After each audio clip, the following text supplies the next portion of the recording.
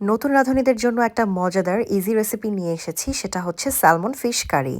Creamy salmon অথবা butter and garlic salmon ছাড়াও একেবারে দেশি স্টাইলে স্যালমন রান্না করা যায় এবং খেতেও অনেক সুস্বাদু লাগে।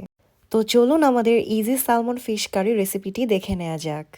তো আমি আজকে এই 3 পিস মাছের কারি করব। মাছগুলোকে খুব ভালোভাবে ধুয়ে ভেজে নিতে হবে, আর এই জন্য প্রথমত আমি ব্যবহার করছি লবণ।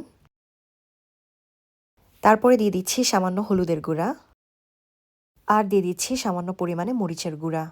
এবার মশলাগুলোকে মাছের সাথে খুব ভালোভাবে মাখিয়ে নিতে হবে। মাখানো হয়ে গিয়েছে, এবার আমি 5 মিনিটের জন্য রেখে দেব। মাছ ভাজার জন্য একটা প্যানে তেল গরম করে নিচ্ছি। গরম হয়ে গেলে মাছগুলো দিয়ে দিচ্ছি। প্রতি সাইড কমপক্ষে 8 মিনিট করে করে মাছগুলোকে ভেজে নেব। ভাজা হয়ে গিয়েছে, এখন উঠিয়ে নেব। মাছ ওঠানোর পর সেম তেলেই আমি পেঁয়াজ কুচিগুলো দিয়ে দেব। পেঁয়াজগুলোকে বাদামি করে ভেজে নিতে হবে। ভাজা হয়ে গেলে তার সাথে অ্যাড করে দিচ্ছি টমেটো। এবার দিয়ে দিচ্ছি হাফ চা চামচের মতো লবণ।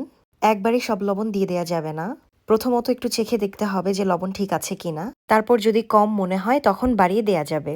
এখন দিয়ে দিচ্ছি 1.5 চামচ পরিমাণ হলুদের গুঁড়া, হাফ চা চামচ মরিচের গুঁড়া দিচ্ছি। ঝাল বেশি খেতে চাইলে সেক্ষেত্রে বাড়িয়ে দেওয়া যেতে পারে। দিয়ে দেব 2 চা চামচ ধনিয়ার গুঁড়া, 1.5 চা চামচ দিয়ে দিচ্ছি জিরার গুঁড়া। ব্যাস, মশলা দেয়া হয়ে গিয়েছে। এর চেয়ে বেশি আর কোনো মশলা দেওয়ার প্রয়োজন নেই। মশলাটা যাতে পুড়ে না যায় সেজন্য দিয়ে দিচ্ছি সামান্য পানি। এবার টমেটো আর পেঁয়াজগুলোকে একটু কষানোর জন্য একটা ঢাকনা দিয়ে ঢেকে দিতে হবে।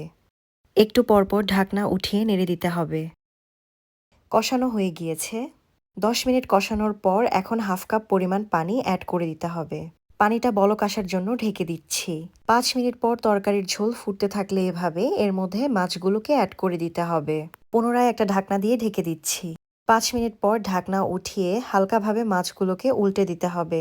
এভাবে আরও 10 মিনিটের মতো জাল দিতে হবে, যতক্ষণ না কড়াইয়ের সাইডে তেল ভেসে ওঠে। এই তো কড়াইয়ের সাইডে তেল ভেসে উঠেছে, অর্থাৎ রান্নাটা ডান।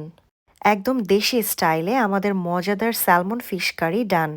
এই রেসিপি ফলো করে রান্না করলে নতুনদের জন্য রান্না করতে অনেক সুবিধা হবে, আর খেতেও অনেক মজা হবে।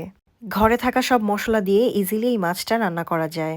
আমার ভিডিওটি যদি ভালো লেগে থাকে তাহলে অবশ্যই লাইক বাটন প্রেস করবেন, আর নতুন নতুন মজার ইজি রেসিপি পেতে আমার চ্যানেলে সাবস্ক্রাইব করুন। ধন্যবাদ সবাইকে।